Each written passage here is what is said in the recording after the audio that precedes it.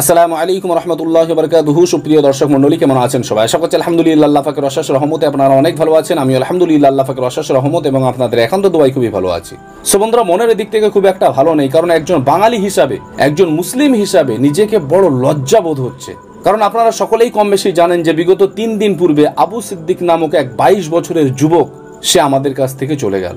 কেমন ভাবে চলে গেল, কারা তাকে বিতাড়িত করলো, কার ইন্ধনে, কার প্রকল্পে বা কাদের সিদ্ধান্তে এই ধরনের কাজ হচ্ছে বারবার আমার বাংলার জমিনে, আর এইগুলি দেখার পরেও এখনো পর্যন্ত বাংলার অনেক সুশীল সমাজের মানুষেরা, যারা নিজেদেরকে বড় সুশীল সমাজের মানুষ হিসাবে বিবেচিত করতে চায় বিভিন্ন জায়গায়, আজকে তারাও চুপ হয়ে বসে রয়েছে।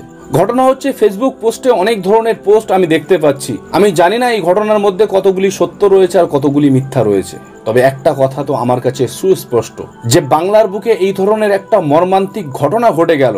ঘটে যাওয়ার পরেও এখনো পর্যন্ত শাসক দল বলেন আর বিরোধী দল বলেন, বা ইমাম বলেন, মুয়াজ্জিন বলেন, পীর সাহেব বলেন আর পীরজাদা বলেন, সবাই মুখে কুলু পেটেছে। কারণ একটাই, এই যে সবাই চুপ হয়ে বসে রয়েছে, এই চুপ হয়ে বসে থাকার পিছনে কারণ হিসাবে যদি খুঁজতে যান, তাহলে একটাই কারণ আপনি খুঁজে পাবেন। সেই কারণটা হচ্ছে, আবু সিদ্দিক হলো একজন আইএসএফ সমর্থক বা আইএসএফ একজন সহযোদ্ধা, যার ফলে আজকের দিনে অনেক ইমাম, মুয়াজ্জিন, অনেক বক্তা, অনেক পীর সাহেব, পীরজাদা সবাই চুপচাপ হয়ে মুখে কুলু পেটে বসে আছে। কারণ কি? আবু সিদ্দিক আইএসএফ এর সমর্থক। আজকে যে সমস্ত মানুষেরা নিজেদেরকে ধর্মগুরু বলে দাবি করে, যে সমস্ত মানুষেরা বাংলার সুশীল নাগরিক হিসাবে দাবি করে, তাদেরকে একটু লজ্জা হয় না? একটু লজ্জা শরম বলতে কিছুই হয় না? আমার তো ভাবতে অবাক লাগছে এই সমস্ত মানুষদেরকে, যারা নিজেদেরকে সুশীল সমাজের মানুষ মনে করে, যারা নিজেদেরকে বড় ধার্মিক মনে করে। আজকে বাংলার বুকে কোনো একটা ব্যক্তি আইএসএফ করুক, তৃণমূল করুক, বিজেপি করুক আর সিপিআইএম করুক, যে কোনো রাজনৈতিক দল করুক না কেন, সেটা তো তার ব্যক্তিগত স্বাধীনতা, করতেই পারে। কিন্তু একজন বাঙালিকে শেষ করা হয়েছে, একজন মুসলিম ভাইকে শেষ করা হয়েছে, সেই বিষয়ে তোমার মুখে কুলুপ আটা কেন? আর আজকে এই সমস্ত কথাবার্তাগুলো আমি বলি বলে এক শ্রেণীর মানুষ আমার উপরে আঙুল তোলে যে আমি নাকি আইএসএফ এর দালালি করি। আরে ভাই, আইএসএফ এর দালালি করি আর যারই দালালি করি না কেন, ন্যায্য কথা, সঠিক কথাটা তো চোখে চোখ রেখে বলতে পারি। আজকে এক বাঙালিকে শেষ করা হবে, এক মুসলিমকে শেষ করা হবে, আর তুমি এখানে এসে ভাতার গল্প দেবে? আমাকে ইমাম ভাতা দিচ্ছে, মুয়াজ্জিন ভাতা দিচ্ছে, এই ভাতার গল্প দেবে তুমি? লজ্জা করে না একবার তুমি নিজেকে ধার্মিক বলে পরিচয় দাও? আজকে বিগত দিনে আমরা দেখেছি আনিস হত্যা। এই আনিস হত্যার পিছনে আসল রহস্য আজও পর্যন্ত আমাদের কাছে পরিষ্কার হলো না, যে আনিস খানকে কবর থেকে তুলে দুইবার পোস্টমর্টম করা হলো। আজকে এক শ্রেণীর মানুষেরা সিবিআই তদন্ত চাইছে। আরে ভাই, সিবিআই তদন্ত করে তুমি কি করবে?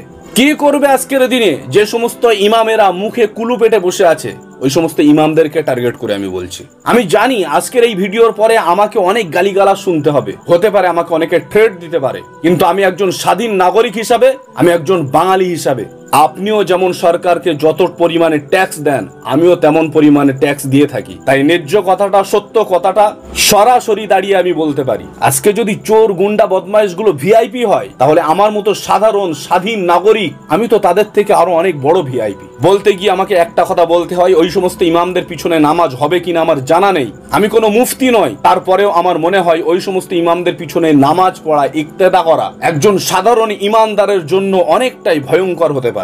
কারণ যেখানে একটা বাঙালিকে শেষ করা হলো, একজন মুসলিমকে শেষ করা হলো, সেখানে তাদের মুখে কোনো একটা কথা নেই, কোনো একটা প্রতিবাদের সুর নেই। আর সেই জায়গায় অন্য কেউ ডাকলে সেখানে গাড়ি ভর্তি করে লাইন দিয়ে চলে যায়। না থাকে সেখানে নামাজের ব্যবস্থা, না থাকে সেখানে অজুর ব্যবস্থা, না থাকে সেখানে খাবারের ব্যবস্থা, শুধুমাত্র একটু ভাতার লোভে এই সমস্ত ইমামরা ঘুর করে। হ্যাঁ, ইমাম ভাতা তুমি নাও, এটা তোমার ন্যায্য অধিকার, নেবে তুমি, সাংবিধানিক অধিকার তোমার।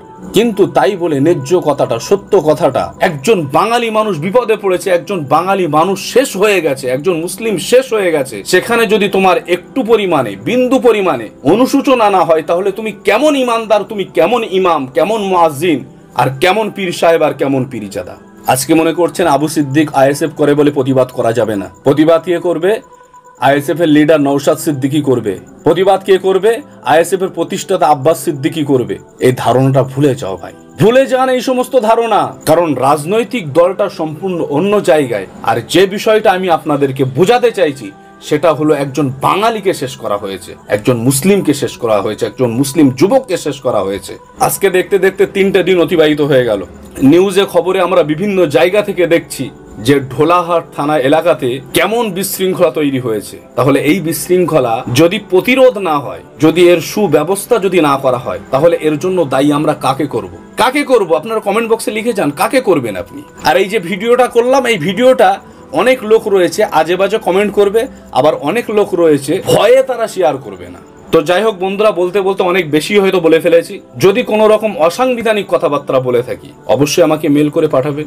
আর যদি সাংবিধানিক অনুযায়ী একজন স্বাধীন নাগরিক হিসাবে, স্বাধীন বাঙালি হিসাবে কথাগুলি যদি আপনার ভালো লাগে, অবশ্যই আপনি একটা লাইক করে, কমেন্ট করে, শেয়ার করে বন্ধুদের কাছে জানিয়ে দিন। এবং চ্যানেলে নতুন হলে অবশ্যই সাবস্ক্রাইব করে পাশে থাকুন। সকলে ভালো থাকবেন, সুস্থ থাকবেন। আসসালামু আলাইকুম রহমতুল্লাহ।